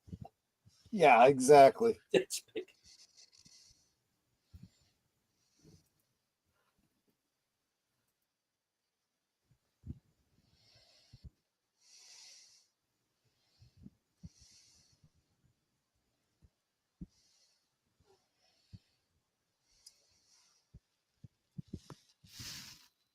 The demon will come back in one of the preconceived forms, that of a giant slar.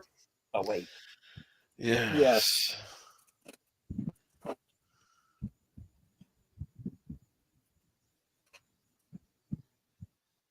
I am the Keymaster. I am the Eggman. Cuckoo, cuckoo. Yes. Why doesn't he put his?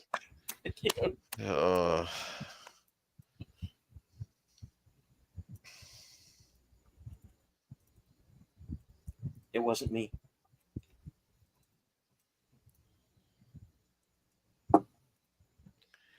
What?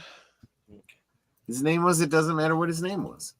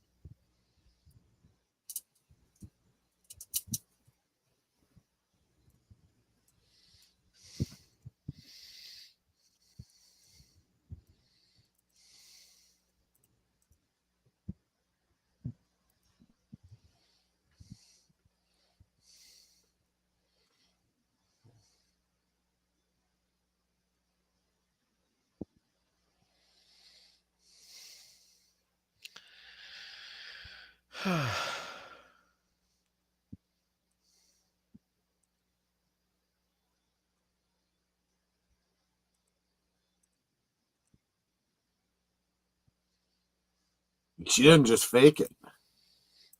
Oh. I think I saw that movie.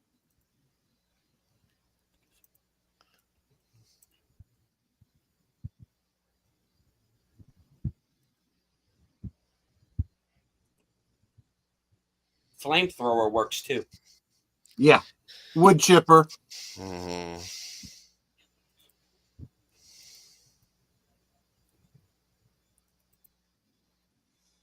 Ew. Ow!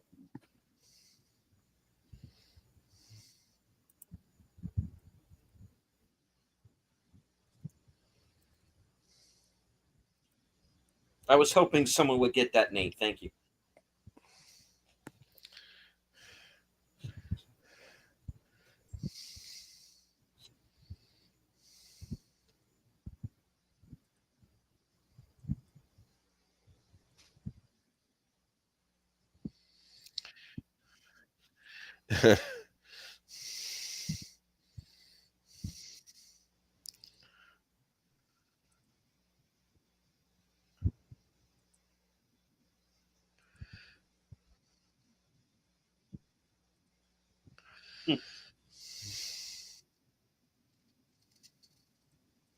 Meanwhile, Yep. Back at the ranch. Hmm.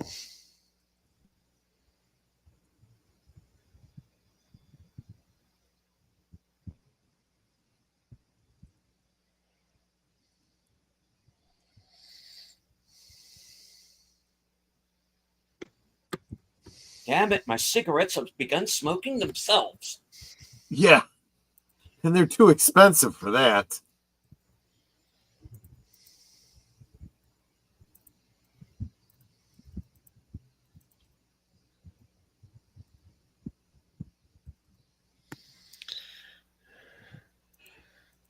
Bees that way sometimes. Yeah.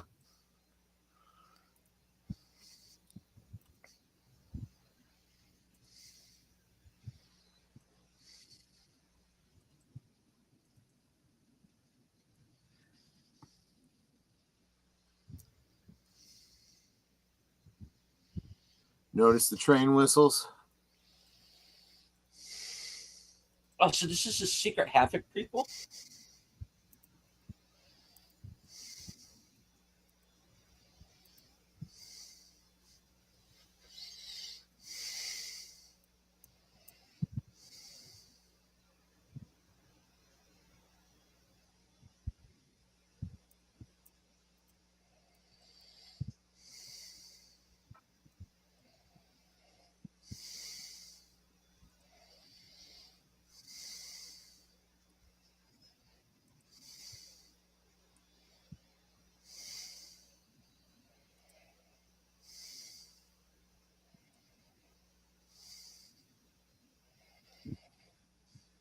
What?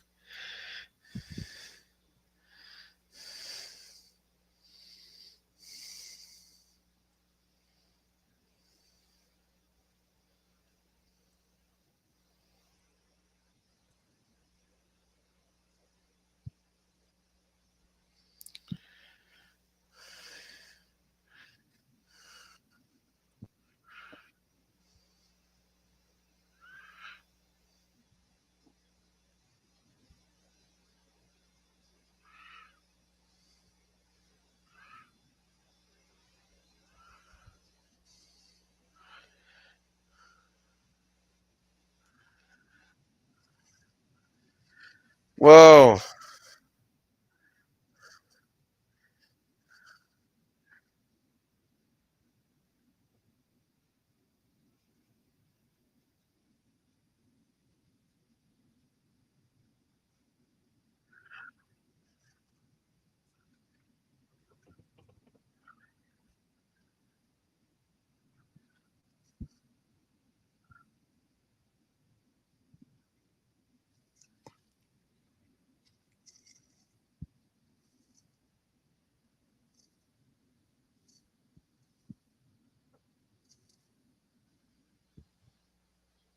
Bye. Yeah. We'll pause That's- it right there. What the heck just happened? The girls disappeared. Are they in her They head? Probably. I don't know. I would not take it too literally. I wouldn't take anything in this too literally. Okay. Okay, yeah, you guys are going to need to process that. We'll pick it up here next week. My goodness. I know, right? Yeah.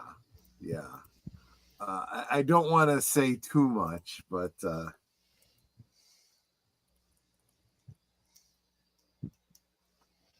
yeah. Do the rabbits return? Yes, there will be more on the rabbits. Inland Empire is a metropolitan area in a region inland of and adjacent to the coastal Southern California in greater Los Angeles area, focusing around the cities of Riverside and San Bernardino, with Los Angeles County and Orange County to the west. There are a lot of train nexuses there, so thus the train sounds, the locomotion, etc., etc. So there you go. That whole thing with the rabbits makes me wonder what David Lynch would do with Sesame Street. Make it better at this point. Yeah, it wouldn't be. It couldn't be any worse, right? So, no, you did not watch all of Inland Empire, Nate. You've seen only the first half. You need time to digest it. And speaking of digesting, I think I'm going to get myself something to eat before Blake 7. But how you guys feeling about that? It was a bit of a thing, right? This is like a to be continued, man. Because I'm like, I gotta process this. I like Laura Dern. I'll say that. I like her look in this movie. So she's like, I'm trying to think. Around what was she making at the time of this movie? When was this made? 2005, 2006. Okay.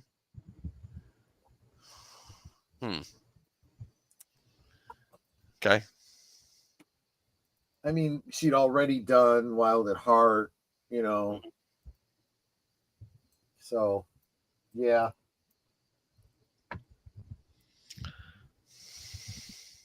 Cool. So, what do you guys think for your first time watching it? You enjoying it so far? Honestly, so far I kind of am.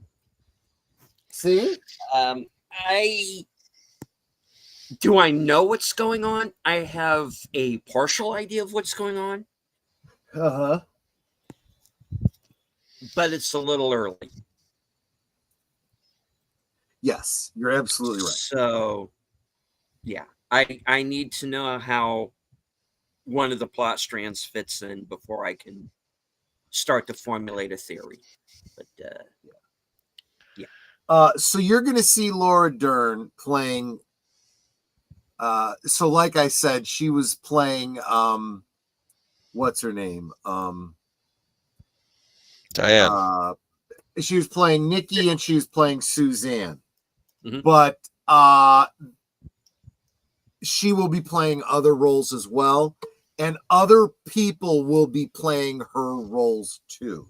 That's another little bit of a hint. Mm-hmm. At least one of which you've already seen.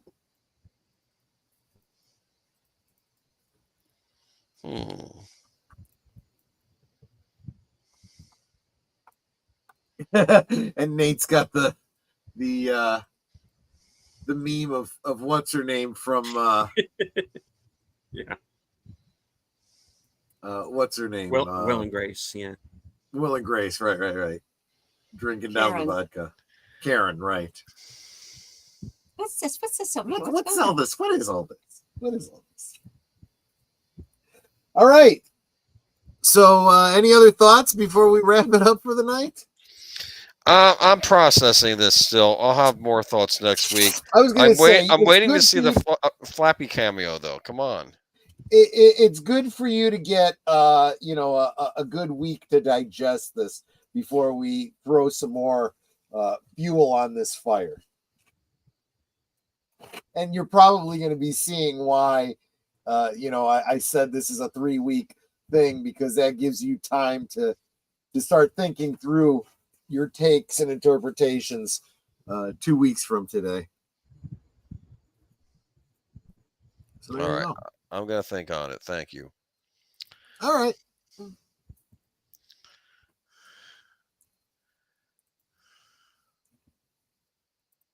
All right. Yeah. Where? All right. Oh. Yeah. I would think you guys will be simulcasting on both your channels. I would think Yep. for Blake 7. Okay. Yep. Yep. So I will be there in the chat. Mr. Selby, I better see you. You know why? We have a game we have not yet finished. Yes. You got I don't really understand the game, but I see you guys playing it every week. Yes. What's the game? I don't understand it, so I don't I really didn't know. ask you to understand. I asked you what it was called. Well, it's not does really- it have all a right. name? Well, not necessarily. All right. Now, for those of you who have been wondering what the hell Curtis and I have been on about, Yeah. in the chats. Okay. Now, one of the Mystery Science Theater episodes was a movie called Space Mutiny, Okay. which is this very bad, but at the same time very good, kind of Battlestar Galactica ripoff. And there are nicknames for the lead character. And we are Okay. each naming off one of the nicknames. And if one of us misses, we lose a turn. And that's basically what we're doing. So if you've seen Space Mutiny, you get what we're doing.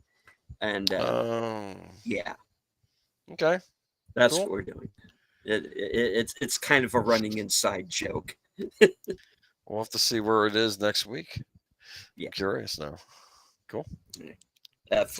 Flappy had a scene in this movie, but it did end up on a cutting room floor. He still hasn't forgiven much for that. Okay. Cool. And yeah, Connie knows where. Yeah, Connie's on to us. Yeah. Sorry, Mom.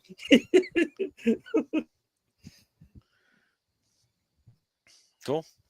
All right. So, chat, Inland Empire, first half. What do you think so far? I'm intrigued. Got a couple of theories I'm formulating, but it's a little early. So, yeah, I'm looking forward to this. I know a little bit about what's coming up in the film. Most of what I have seen of it appears to be from the second half. So I'm curious to see how some of that fits in. Obviously, there are multiple realities, multiple timelines going on. It's a matter of sorting through those. Wouldn't expect anything different. I'm digging this movie so far. Is it weird? Hell yeah, it's weird. Does it make any sense? No, it doesn't make any sense. Do I care? No, not really. You know, I'm fine with it. So far, we'll see. Cool. You know, that's one thing. You know, is there are David Lynch movies that I think are better than others, but I've never really downright hated any of them. It took me a couple of watches of Wild at Heart before I really got it. Before I really kind of got into that movie, because I made the mistake of going into it expecting it to be Twin Peaks 2. You know, when that's not what he was trying to do at all. But that was really more on me than on the film itself. But other than that, yeah. All right. Enough yakking. We'll go through this real quick. Boomer, what do you have coming up? Just I will be on Last Call this Friday. It will be a special. Well, Troy can probably cover more of that when we get to him. And then Sunday we'll be doing Geeky Geezers, where we're gonna have we're actually gonna have some David. I feel like we should just have a weekly segment, a David Lynch news story of the week, because apparently he's in the I news. know there's been a lot of news, hasn't there? Yeah. So we'll be covering that on Sunday. So yeah, great. That's it. All right. Netter. Well, let's see. Right after this, of course, I'm going to be co-hosting with Troy Pacelli over on Blake 7. And then Thursday, I have a very special guest. Y'all might know him. I mean, he's kind of famous. Ooh. His name is Deleted Scenes. I mean, this guy's like everywhere. He's so popular. I'm so lucky to get him onto my channel. So, you know, make sure you guys stay tuned for that. I mean, this is a total boon for my channel, you know. Friday, of course, I'll be co-hosting with Last Call over on his channel for Last Call. And then Saturday, over on Retro Cinema, we'll be watching Forrest Gump. Life is like a box of chocolates. That's it for me for the week. All right, Troy. Yeah, obviously, a very next thing coming up is right after this. If you stay where you're at on most of these channels, we will take you over to Blake 7, next episode, episode 10, Moloch. And tomorrow's Liquid Lunch is WTF Wednesday. I still don't know what we're going to be talking about, but it'll be WTF, I'm sure. Cool. Yes, Friday, looking forward to a karaoke party. And this isn't members only. This is pretty much everybody's invited. We will start out over here on the YouTubes, and we will jump over to the Green Machine for the main part of the party. That'll be on Friday. And then all the other things that everyone else mentioned. So, yeah. All right. Well, that brings things on over to myself. Let's see. As of the moment, I don't have anything planned for tomorrow, but we'll see. That could change.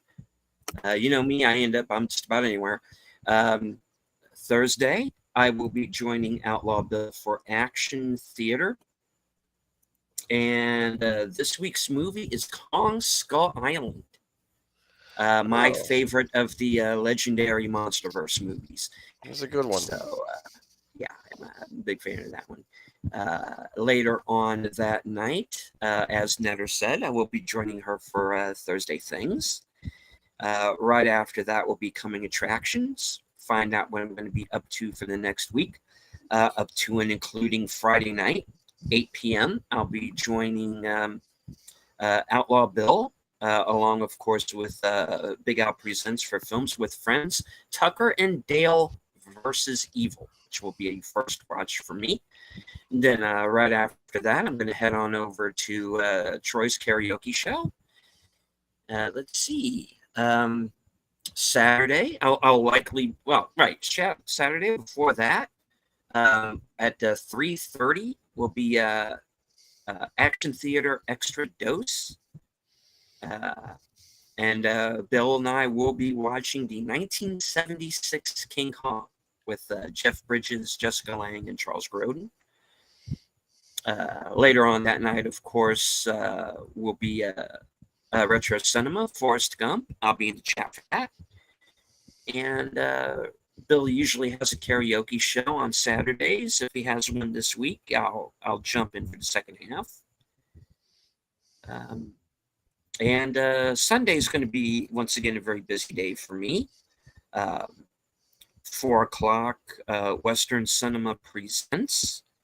And unless things have changed, the film is going to be Seraphim Falls with Liam Neeson and Pierce Brosnan, which again will be a first watch for me.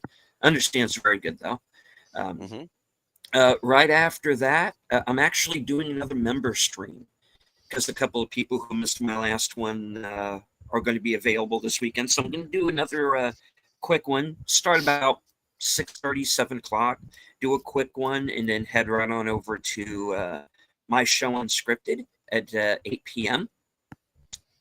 And where will most likely piss off YouTube once again, as I usually do.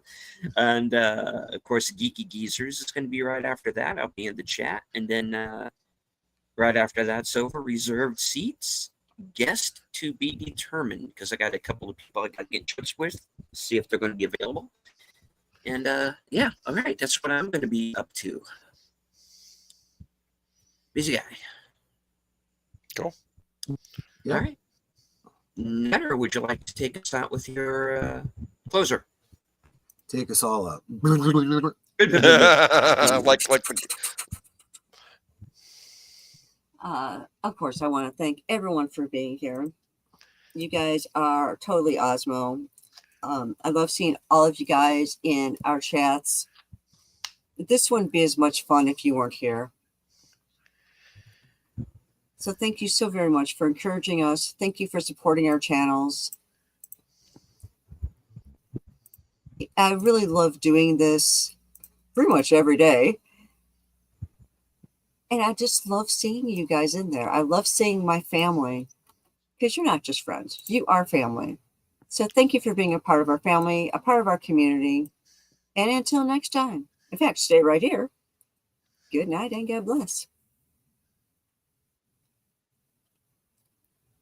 Thank you, Yusan G, for the $1 super chat. I want to thank everyone joining us tonight on X. I can't see you, but I know that you're there. We had a pretty decent turnout tonight. I know we had more than 20 people who stuck with us throughout the entire show. So for those of you who are joining us here in the live chat, those of you joining us on Cosme, and those of you who join us later on the replay, remind everybody once again that if you are watching the replay, you can either follow along with your own copy. The film is also available on HBO Max, so you can follow along that way as well. So, from HQ,